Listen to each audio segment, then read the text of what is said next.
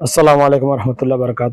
ঈদ মোবারক আমার সকল দিন ভাইরা। আজকে ঈদ উল ফিতর, ঈদ উল আজহা আজহা চলে গেছে সবার জন্য, বাংলাদেশে চলে গেছে, এখানেও চলে গেছে। ঈদের নামাজ আশা করি সবাই পড়েছেন। অনেকে হয়তো কয়েকজনের সত্যতে দুই একজন হয়তো পড়তে পারেন নাই, কিন্তু মূল কথা হলো আজকে যারা ঈদের নামাজ পড়তে পারে না তারা আফসোস করেন। অনেকে অনেকে না, সবাই যে ঈদের নামাজ পড়তে পারে না সে আফসোস করে। কিন্তু আর আপনি যে ফজর নামাজ পড়েন না তার জন্য কি আফসোস করতেছেন? না। আমরা ঈদের নামাজ পড়ার জন্য যেরকম প্রতিযোগিতা করি, যেরকম রেডি হয়ে থাকি আগে থেকে 2-3 ঘন্টা আগে থেকে, অনেকে রাত্রে ঘুমাই না, ঈদের নামাজ কালকে পড়তে হবে, ঘুম ঘুম থেকে উঠতে না পারলে ঈদের নামাজ পড়তে পারবো না। ভাই, ঈদের নামাজ পড়াটা তো ওয়াজিব। ঈদের নামাজ পড়াটা ওয়াজিব, সারা জীবনের ওয়াজিব। এক ফালা দিলে একটা ফরজের সমান হবে না। সারা জীবনের সুন্নাহ মুস্তাহাব আমল এক ফালা দিলে একটা ওয়াজিবের সমান হবে না। ফরজ ওয়াজিব দুইটাই কাছাকাছি, তবে ফরজের গুরুত্ব অনেক বেশি। কিন্তু আফসোসের বিষয় হলো,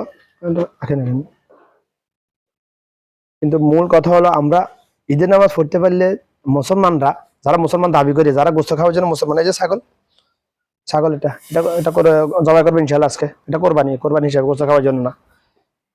রুটা যাবে শুধু আল্লাহর কাছে, শুধু গোস্ত তো যাবে না। আজকে বর্তমান আদম সন্তান, মুসলমান ঘরে জন্ম না আদম সন্তান গুলার মানে ইমান এত দুর্বল হয়েছে। আজকে যদি বাবা আদমের জামানা থেকে প্রায় কয়েক লক্ষ বছর কোরবানির যে বিধান ছিল, যার কোরবানিটা আল্লাহ পাকের দরবার কবুল হইতো, সে কোরবানিটা পশুটা আল্লাহ পাকের আসমানের পক্ষ থেকে একটা নূরে তাজালি এসে আগুন এসে জ্বালিয়ে দিত। ওইরকম যদি আজকে হইতো তাহলে কোরবানি করতো না বেশিরভাগ মানুষ। যারা কোরবানি করতেছে তাদের শতে 2-4 জন পাওয়া যাইতো, সর্বোচ্চ শতে 2-4 জন পাওয়া যাইতো কোরবানি করতো। আসলে কি আমরা কি কোরবানি করি না? আমরা গোস্ত খাওয়ার জন্য কোরবানি অভিনয় করি। কোরবানি এটা আমাদের জন্য এখন উৎসবে পরিণত হয়েছে, এটা শরীয়তের বিধান না। কোরবানি করা এটা শরীয়তের বিধান এরকম না। আমরা উৎসব হিসেবে পালন করি কোরবানি, গোস্ত খাওয়ার উৎসব হিসেবে পালন করি কোরবানিকে আমরা বর্তমানে। মূল কথা হলো ফরজ।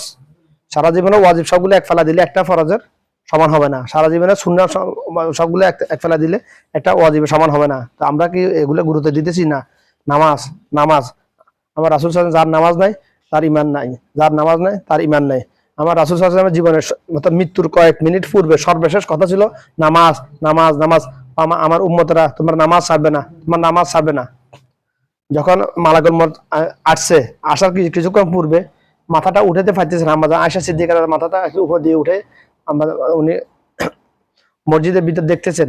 মানে তখন জামাত জামাত শুরু হয়ে গেছে, দেখতেছেন। দেখে যখন আবু বকর সিদ্দিক রাদিয়াল্লাহু জামাতের ইমামতি করতেছেন, তখন আমার রাসূল সাল্লাল্লাহু আলাইহি ওয়াসাল্লাম একটু খুশি হলেন যে আমার মৃত্যুর পরে আমার আমার যে সিলসিলাটা আমার সাহাবীরা করবে ইনশাআল্লাহ, এই ভেবে খুশি হইলেন। তো আমার রাসূলের জীবনের সর্বশেষ আমল কথা ছিল নামাজ নামাজ। মৃত্যুর কিছুক্ষণ পূর্বে আমাদের যদি হোশ থাকে আমরা দুনিয়া নিয়ে চিন্তা করবো, আর আমার আসলে নামাজ নামাজ ও আমার উম্মতেরা তোমরা নামাজ ছাড়বে না। আর একটা আমল ছিল মেসওয়াক। জীবনের সর্বশেষ মৃত্যুর কয়েক মিনিট পূর্বে সর্বশেষ আমল ছিল মেসওয়াক। মেসওয়াক মেসওয়াকের গুরুত্ব নিয়ে আমি অনেক বয়ান করেছি, ইনশাল্লাহ আবার করবা, আজকে সময় নেই।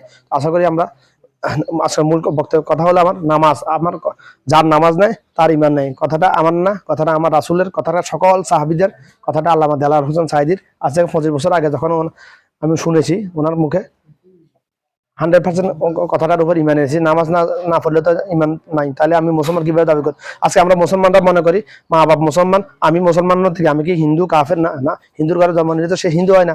হিন্দুর ঘরে জন্ম নিলে সে জন্ম জন্মসূত্রে জন্মগতভাবে এবং বালেগ হওয়ার আগ পর্যন্ত প্রত্যেক আদম সন্তান ইসলামী ফিতরতের উপর, মুসলমান ফিতরতের উপর জন্মগ্রহণ করে। যারা বালেগ হওয়ার আগে দুনিয়া থেকে চলে যায় তারা ইসলামী ফিতরতের উপর, মানে এক আল্লাহ, আল্লাহ এক, আল্লাহ অদ্বিতীয়, আমার হযরত মুহাম্মদ মুস্তাফা সাল্লাল্লাহু আলাইহি এই আকীদার উপর অটল থেকে দুনিয়াতে আসে, এবং দুনিয়া থেকে যারা বালেগ হওয়ার যে হিন্দুর ঘরে জন্ম, খ্রিস্টান, তাহলে আপনি কি? নামাজ মুসলমান জন্মসূত্র হওয়া যায় না, মুসলমান বানানো লাগে, বনা লাগে। বানানো দায়িত্ব কি? মা বাপের উপর ফরজ। বনা বালে হওয়ার পরে আমার উপর ফরজ মুসলমান বনা। তার জন্য কি আমার আসলে জীবন বিদায় হাজার বাসন কি বলছে, আমি তোমাদের জন্য 2টা জিনিস রেখে যাইতেছি। এই 2টা জিনিস যদি তোমার আমার কোনো আমার উম্মত যদি এই 2টা জিনিস আঁকড়ে ধরে কখনো পথভ্রষ্ট হবে না, শয়তান তাদেরকে কখনো পথভ্রষ্ট করতে পারবে না। কি 2টা? আল্লাহর কোরআন আর একটা আমার সহিহ হাদিস।